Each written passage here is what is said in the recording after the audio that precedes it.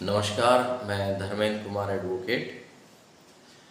आज का संविधान का हमारा विषय है या टॉपिक संविधान में संपत्ति के अधिकार से संबंधित। चूँकि मूल संविधान में 7 मूल अधिकार थे, जिनमें से एक संपत्ति का अधिकार था, लेकिन 1976 में 42वें संविधान संशोधन द्वारा इसको मूल अधिकारों की श्रेणी से हटाकर एक विधिक अधिकार बना दिया और ये जो आर्टिकल 31 था इसको वहाँ से मूल अधिकारों से निरसित कर दिया गया और इस संपत्ति के अधिकार को एक विधिक अधिकार बना करके आर्टिकल 300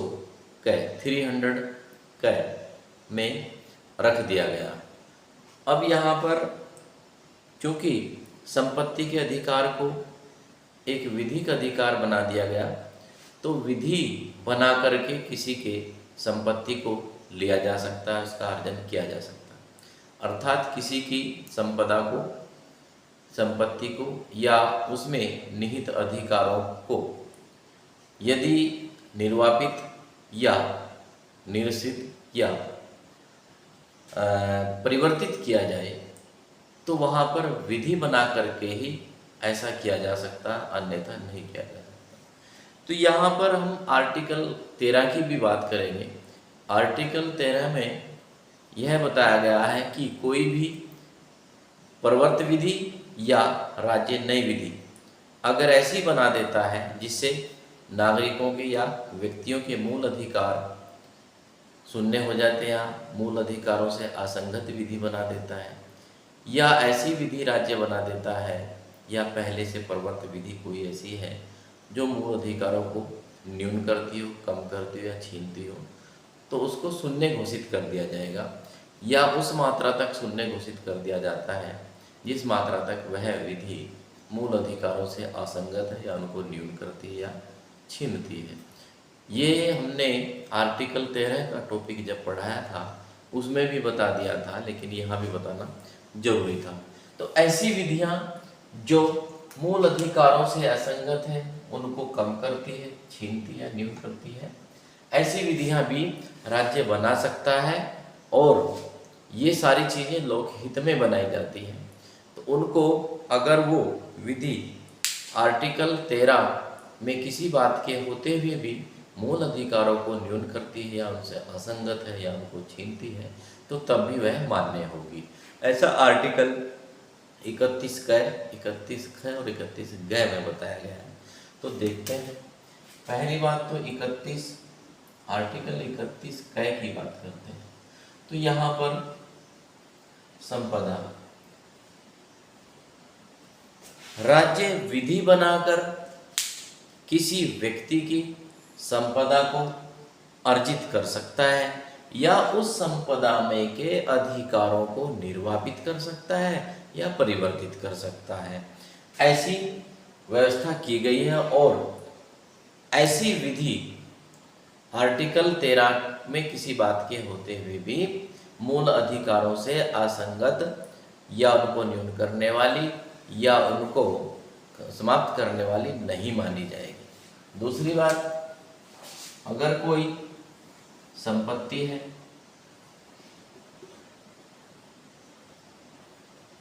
तो किसी संपत्ति के अर्जन के लिए लोकहित में विधि बना करके ऐसी व्यवस्था कर सकती है कि उस संपत्ति को राज्य द्वारा अर्जित किया जा सकता है या उसमें के अधिकारों को अर्जित किया जा सकता है।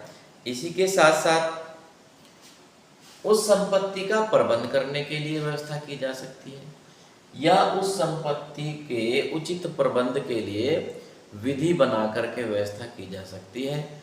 और संपत्ति का चूंकि अर्जन कर रहे हैं, लोक हित में कर रहे हैं, तो यहाँ पर ऐसी अर्जन करने वाली विधि जो संपत्ति का अर्जन करती है या उसमें के अधिकारों को अर्जित करती है या निर्वापित करती है या परिवर्तित करती है या उचित प्रबंध के लिए कोई संपत्ति राज्य द्वारा अर्जित कर ली जाती है, जो कि लोकहित में अर्जित की जा रही है, तो ऐसी विधि जो ऐसा अर्जन करने वाली विधि है उसको मूल अधिकारों के असंगत या उनको न्यून करने वाली या उनको कम शून्य करने वाली नहीं मानी जाएगी। नेक्स्ट बात जो है वो ये है कि किसी निगम दो या दो से अधिक निगम, दो या प्लस यानी कि दो या दो से अधिक निगमों को लोकहित में समामेलित करने के लिए विधि बनाई जा सकती है और ऐसी विधि को इस आधार पर मूल अधिकारों से असंगत या उनको न्यून करने वाली या उनको शून्य करने वाली नहीं माना जाएगा। यहाँ पर दूसरी बात, ये जो निगम है इन निगम के या कंपनियों के जो प्रबंध निदेशक हैं, प्रबंध निदेशक हैं या प्रबंधक हैं या कोषाध्यक्ष हैं या सचिव हैं, उनके अधिकारों को निर्वापित करने या परिवर्तित करने के लिए अगर कोई विधि बनाई जाती है या फिर उनके शेयरधारकों के मत संबंधी अधिकार को निर्वापित करने या परिवर्तित करने के लिए अगर कोई विधि बनाई जाती है तो ऐसी विधि को भी ये नहीं माना जाएगा कि वह मूल अधिकारों के असंगत है, उनको न्यून करती है या शून्य करती है। तो ऐसी विधि को यहाँ पर बचाव दिया गया है। और नेक्स्ट बात, अगर कोई खनिज है या खनिज तेल है और इस संबंध में किसी के साथ कोई करार किया गया है या पट्टे पर दिया गया है किसी क्षेत्र को जो खनिज के लिए या खनिज तेल के खनन के लिए, या फिर किसी को लाइसेंस दिया गया है, विज्ञप्ति अनुज्ञप्ति बोलते हैं इसको हिंदी में, अनुज्ञप्ति दी गई है और उस अनुज्ञप्ति में ऐसी व्यवस्था की गई है कि उनको कोई अधिकार उत्पन्न होता है किसी को। तो यहाँ पर ऐसे खनिज या खनिज तेल के जो करार हैं, पट्टे हैं, अनुज्ञप्ति है, उनको राज्य द्वारा विधि बनाकर रद्द किया जा सकता है और या फिर उनके जो अधिकार हैं उनको निर्वापित किया जा सकता है या निरसित अथवा परिवर्तित किया जा सकता है। तो यहाँ पर ऐसी विधि जो ऐसी व्यवस्था करती है उस विधि को भी मूल अधिकारों के असंगत या फिर उनको शून्य या न्यून करने वाला नहीं माना जाएगा। कुल मिलाकर के ये बात है कि लोकहित में राज्य विधि बना करके ऐसी संपदा के अधिकारों को, ऐसे निगमों को या संपत्ति के प्रबंधन के लिए, उचित प्रबंधन के लिए और दो निगमों को इकट्ठा करने के लिए या निगमों के प्रबंध निदेशकों, प्रबंधकों और शेयरधारकों को नियंत्रित करने के लिए विधि बनाई जा सकती है। और यहाँ पर इस आधार पर चैलेंज नहीं किया जा सकता कि यह हमारे मूल अधिकारों का उल्लंघन करती है या उनसे असंगत है या उनको शून्य करती है। ये व्यवस्था यहाँ पर 31 क में बता दी गई है। नेक्स्ट जो बात है 31 ख की बात करते हैं हम। यहाँ पर चूंकि आपने सुना भी होगा अनुसूची 9 भूमि संबंधी विधियों की बात करते हैं, जो टाइटल है उसका। तो अनुसूची 9 में जिन विधियों को डाल दिया जाता है, एक सूची है, उस सूची में जिस विधि का नाम लिख दिया जाता है वह सुरक्षित हो जाती है। तो ऐसी विधि जो शेड्यूल 9 में अनुसूची 9 में रख दी जाती है, भले ही वह विधि किसी मूल अधिकार का उल्लंघन करते हुए या उनसे असंगत हो। मुख्य रूप से आर्टिकल 14 और 19 की बात ही की जाती है यहाँ पर, क्योंकि आर्टिकल जो 14 है, 14 है, वह समानता की बात करता है और 19 जो है स्वतंत्रता की बात करता है, जिसमें विभिन्न प्रकार की स्वतंत्रताएं दी गई हैं। हालांकि उन पर नियंत्रण भी 19 के सब क्लोज 2, 3, 4, 5 में ही बताया गया है। यहाँ पर ऐसी विधियों को जो शेड्यूल 9 में रख दी जाती हैं किसी न्यायालय में चैलेंज नहीं किया जाएगा, भले ही वो मूल अधिकारों का उल्लंघन करती हो या उनसे असंगत हो या मूल अधिकारों के किसी प्रावधान का उल्लंघन करती हो, यहाँ पर ऐसी विधि को न्यायालय में चैलेंज नहीं किया जाएगा किसी भी आधार पर, अर्थात मूल अधिकारों के उल्लंघन के आधार पर। नेक्स्ट बात, जो विधायिका है अर्थात संसद या विधानमंडल, वो इन ऐसी व्यवस्था में कोई भी चेंज यानी कि कोई भी परिवर्तन कर सकता है, कोई भी व्यवस्था कर सकता है और ऐसा विधि बना करके कर सकता है। अर्थात विधायिका, संसद या विधानमंडल वो तो इसमें कुछ भी कर सकते हैं, लेकिन यहाँ पर शेड्यूल 9 में जो डाल दिए गए, जो विषय डाल दिए गए हैं, जो कानून डाल दिए गए हैं, उनको न्यायालय में चैलेंज नहीं किया जाएगा। मेन बात ये है। नेक्स्ट जो बात है, कुछ अधिकार हैं जैसे आर्टिकल 14 या 19, तो यहाँ पर कुछ जो हमारे राज्य के नीति निर्देशक तत्व हैं, कुछ डायरेक्टिव प्रिंसिपल बोल देते हैं, DPSP, directive principle of state policy, राज्य के नीति निर्देशक तत्व हैं।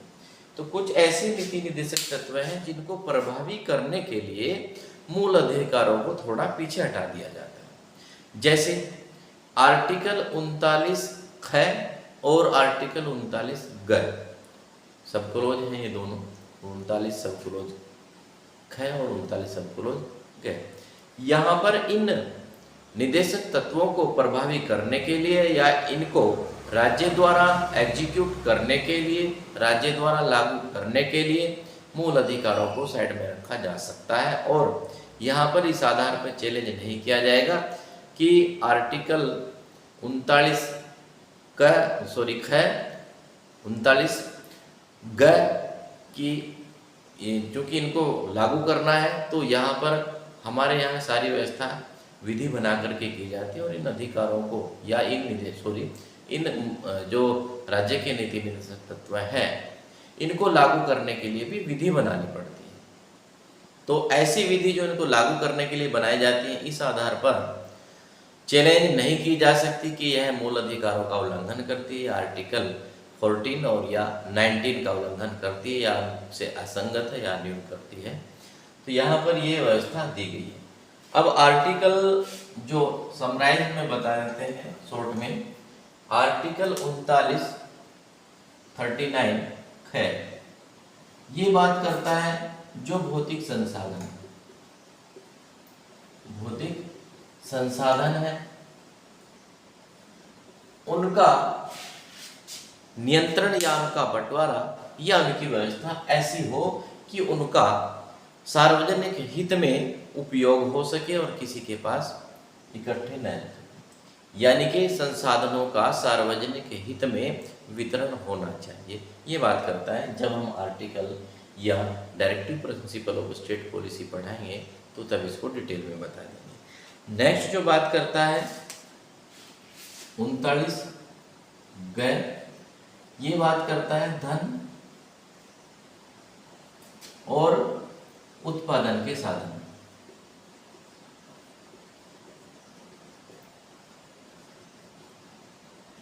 इनकी व्यवस्था या इनका प्रबंधन और नियंत्रण ऐसा हो कि किसी एक व्यक्ति के पास इकट्ठा ना हो जाए, बल्कि सभी लोग उनका दोहन कर सकें।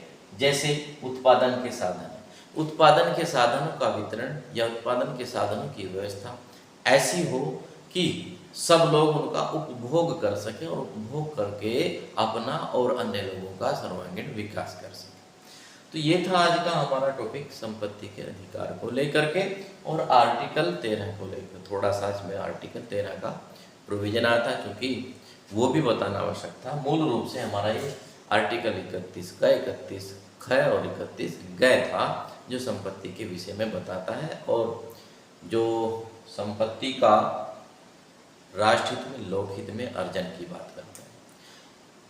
और यहाँ पर चूंकि हम प्रत्येक टॉपिक पर जो संविधान के टॉपिक हैं, आर्टिकल हैं, उन पर लेक्चर द्वारा वीडियो बनाते हैं ताकि सभी को संविधान की जानकारी हो सके। इसके लिए आप चैनल को सब्सक्राइब कर लें, शेयर करें और लाइक करें। इसी के साथ साथ कमेंट में भी अपने सुझाव दें।